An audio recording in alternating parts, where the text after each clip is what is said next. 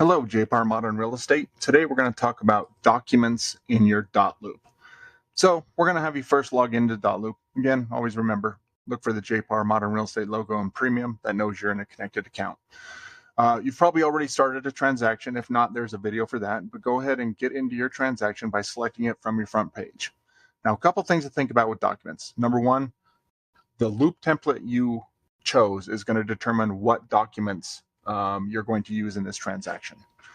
You see that we've broken them up into several categories. Seller documents, meaning that these are documents that really only apply to your seller, or in this case, seller. If it's a buyer, it's going to say buyer documents. Transacting documents, these are documents that will be for the transaction and signed by all parties. Disclosures, inspection documents, and then post-closing documents. You'll also see on the left-hand side, you're going to see their required and optional markers by each of these documents. Now, to be clear, this does not mean that if it says optional, you do not have to upload that document. Any document executed must be in our file, and we must have a copy of it to be compliant with the Division of Real Estate. Required just means these are documents that are required in order to submit for a commission disbursement authorization and get paid at closing. If you do not have the required documents, a CDA will not be issued. Optional just means that they're not necessarily required to get a CDA, but if they have an executed document, then you want to make sure that it is uploaded in there. A great example of that and why we do it this way is not all documents will be required. There are some that are going to be obvious. You know you're going to have a contract to buy and sell real estate. You know you're going to have an exclusive right. Those are obviously documents that we can require. But we don't always know whether or not you're going to have a counter proposal, and we don't always know if you're going to have an MLS listing, if it wasn't on the MLS, inspections, etc. So those will always be labeled optional because we can't have a requirement there if they're not going to be there. But again, if you have them, make sure they're uploaded. The next thing I want to talk about is the status. Okay, this status on each of these folders will tell you whether it's submitted or not, meaning that if it says not submitted, no one has seen your file and no one really needs to. We can still see it on our end, but you have not submitted it. Submitting it means that you are ready for your CDA. This should always be done probably about 7 to 10 days prior to closing, just to make sure you get it on time. Once you submit it, it'll say submitted, it'll say CDA in process, it'll say CDA complete, and we close out the file. This status will actually be changed to closed file complete. The other thing I want you to notice is you're going to see that some of these documents are bold and very dark, and then you're going to see some that are lighter and kind of grayed out. This just means one of two things. If they are bold, there is a document living behind them, meaning that because this particular file is a listing, we know that you're going to produce certain documents yourself. Okay. We know that if you're probably going to get a contract from a buyer's agent, so it's grayed out. There's no contract living behind it. But chances are you're going to produce a counter if you want to counter anything on that offer. So it's going to be in this darker area, and that means that there's a contract living behind it. Okay. It's real easy to satisfy your required documents on something that doesn't have a document living behind it just by adding the document and then dragging it, dropping it into that requirement. And I'll kind of show you how you do that. I click on add a document. You can either drop it right into this open area. You can click on browse, which will pull up your finder, and you can find your PDF. Open it, it's going to upload it right into the system. Then if this, let's just say this was my exclusive right to buy, I would drag it up here until you see where it says replace with this exclusive right. Once you do that, it'll ask you to verify that you did the right thing. So you read it and then you hit yes. Now it keeps the name of the checklist item the same, but now you have your correct document in there. And you can see right there, it now says not submitted. If it says optional or required, you have not done anything with that document or you've not uploaded a document. Once you upload a document, it will say not submitted until it is submitted, and then it will show approved or it needs review, needs more information. If it does it, if it's missing a signature, etc. So those are going to be your basic document sections. Okay.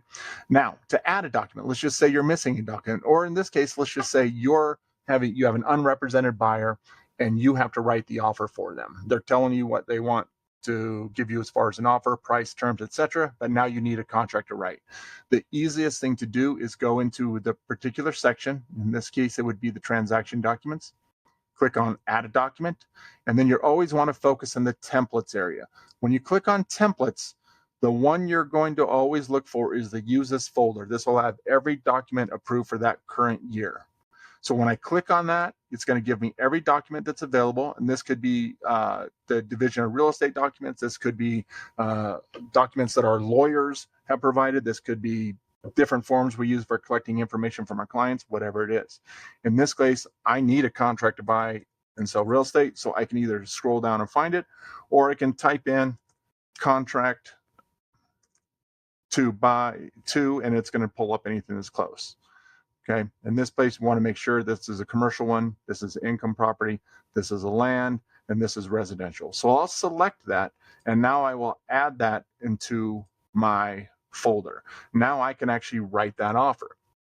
Now, depending on how much information you've added into the system will make your life either easier or a little bit harder. So if I want to fill out this document, I'm going to click on the document itself. Now, every time you click on it, it's always going to give you this autofill option.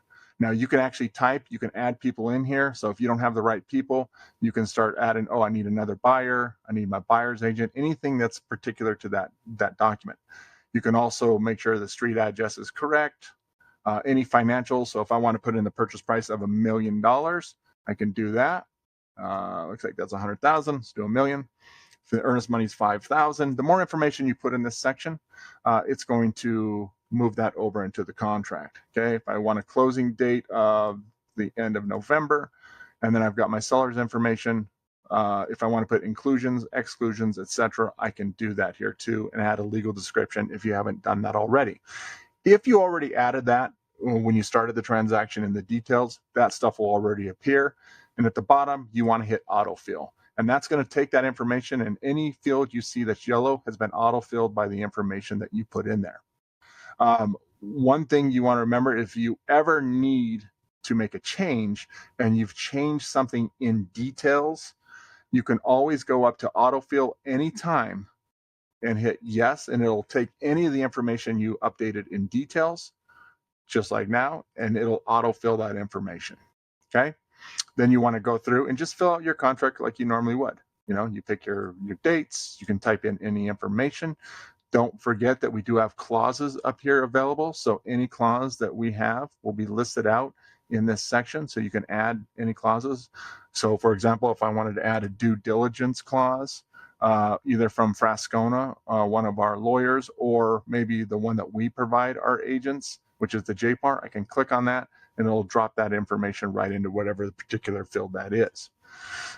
Once you get done with that document, you can hit save and share. As long as you have your people added and labeled correctly, that's very key, because if you don't have your sellers labeled sellers and your buyers labeled buyers, it will not give them a field to sign. Once you have everyone uploaded and labeled correctly, you can hit save and share. It'll give you options to share with anyone that has a field. And you can see that they have a can sign. It'll automatically, if they have a field assigned to them, it'll say can sign. If you go to share and you do not see can sign for someone you know should be able to sign, you do not have them labeled correctly in the people section. So you want to go back to your main area, make sure you come down here. And in this case, she was a seller, but maybe I didn't have her as anything. I want to make sure that I label her as a seller. That's going to be the main thing you want to do when it comes to those documents. I hope this video helps. It's pretty self-explanatory once you get used to it. And once you've done a couple transactions, it's very, very easy to figure out. Just remember that these are the documents that may be required, may not be required, but upload any document that you have executed. And as always, if you have any questions, please reach out to us. We are here to help you no matter what the issue is.